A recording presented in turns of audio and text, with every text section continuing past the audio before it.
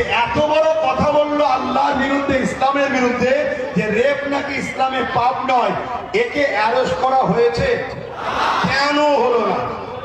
একটা ছোট্ট যদি ভূতের মেম্বার শাসক দলে, সে বিজেপি হোক আর টিএমসি হোক, যদি কিছু কথা প্রশাসনকে বলে বিনা দেখাতে, বিনা ইনফরমেশনে, বিনা তথ্যে, তাকে তুলে নিয়ে যে বন্দি করে না? করে না?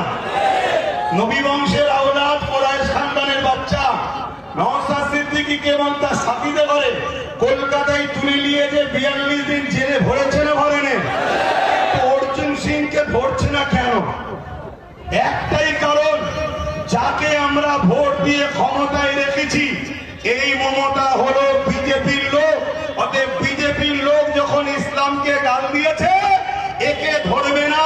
তাহলে আমরা ভোট দিয়ে এমন লোকের হাতে ক্ষমতা দিলাম যে কিনা আমার আল্লাহকে গাল দিল, অ্যারেস্ট করে না, আমার দিনকে গাল দিল, অ্যারেস্ট করে না। অ্যারেস্ট করবে কাকে? নির্দোষ মুসলমান এবং গরিব, এসসি এসটি নিচু জাতের মানুষকে অ্যারেস্ট করছে। এটা সত্য কথা তো নাকি?